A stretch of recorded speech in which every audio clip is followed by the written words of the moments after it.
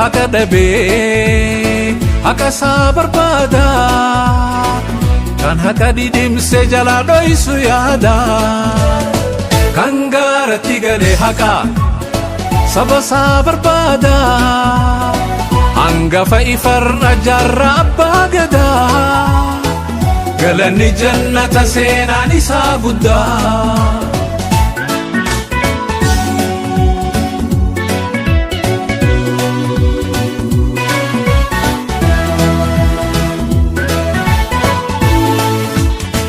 tokkicha kakumaa dura seene gaara yeroo gabaabdutti babal'isee moora bahaa dhihaa dhufe itti galee mara kan waraana jaare Oromoo mararraa seenaan hin dagatu goota akka jaarraa jijjiirama kana kan nuu saaqe karaa jaarraan abbaa ifaarraa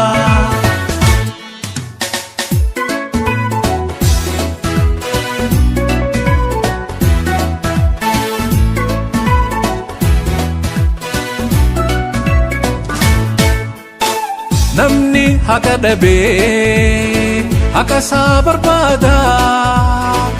kan haka didimse jalaa dhoysu yaada kan gaaratti galee haqa saba isaa barbaada hangafa ifarra jaarraa abbaa gadaa galanni jannata seenaan isaa guddaa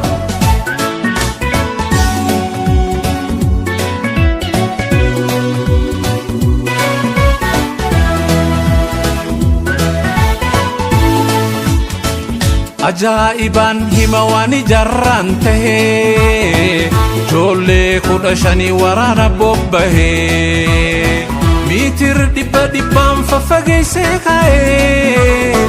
bakkuma jirtanii qawwee dhawaa je'ee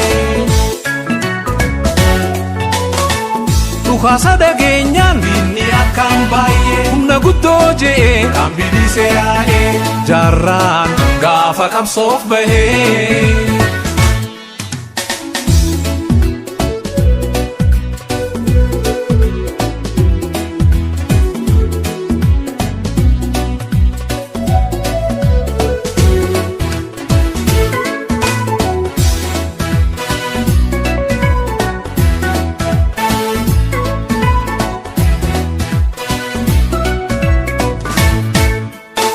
namni haka dhabee haka isaa barbaada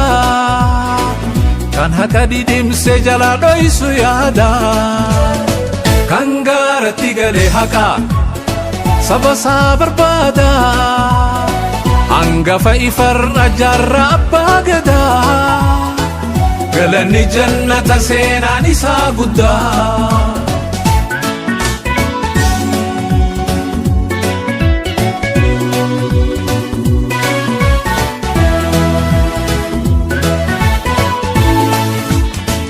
qubee barsiisuudha dulli guyyaa sanii magaalaa dhuunfatan dukkana cabsanii osoo qarshii takka hin tuqin waan biraa urratanii galan qalama dabtaraa abbootiin qabeenyaa garraan gammadanii allama gan jechuuf qabeenya geessanii jaarraa gaafas moggaasanii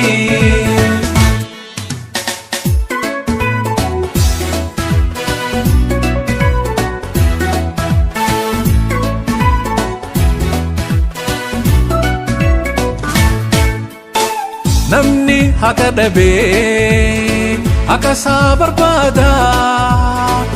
kan haka didimse jalaa dhoysu yaada kan gaaratti galee haqa saba isaa barbaada hangafa ifarra jaarraa abbaa gadaa galanni jannata seenaan isaa guddaa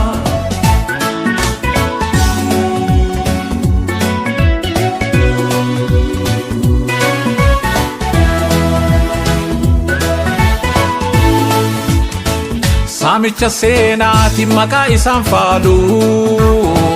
hin dandayu namuu dhugaa shirriin haalu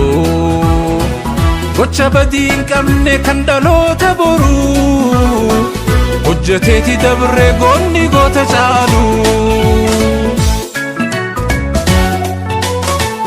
elemoo giltuuti akka hundee sabaa dagatamuun qabu akka mul'is gadaa jiraachisuuf seenaa jaarraa abbaa gadaa adaree biyyootti dhaabuuf qabna siidaa haka qaba jaarraa abbaa gadaa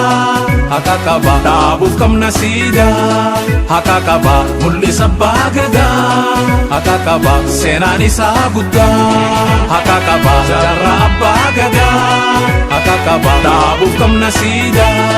haka qaba jaarraa abbaa gadaa haka qaba dhaabuuf qabna siidaa